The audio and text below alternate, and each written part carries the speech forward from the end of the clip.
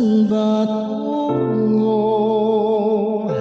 Kanino ako magtitiwala? Kung puso at isip ay ligaw, sino bang kakapitan?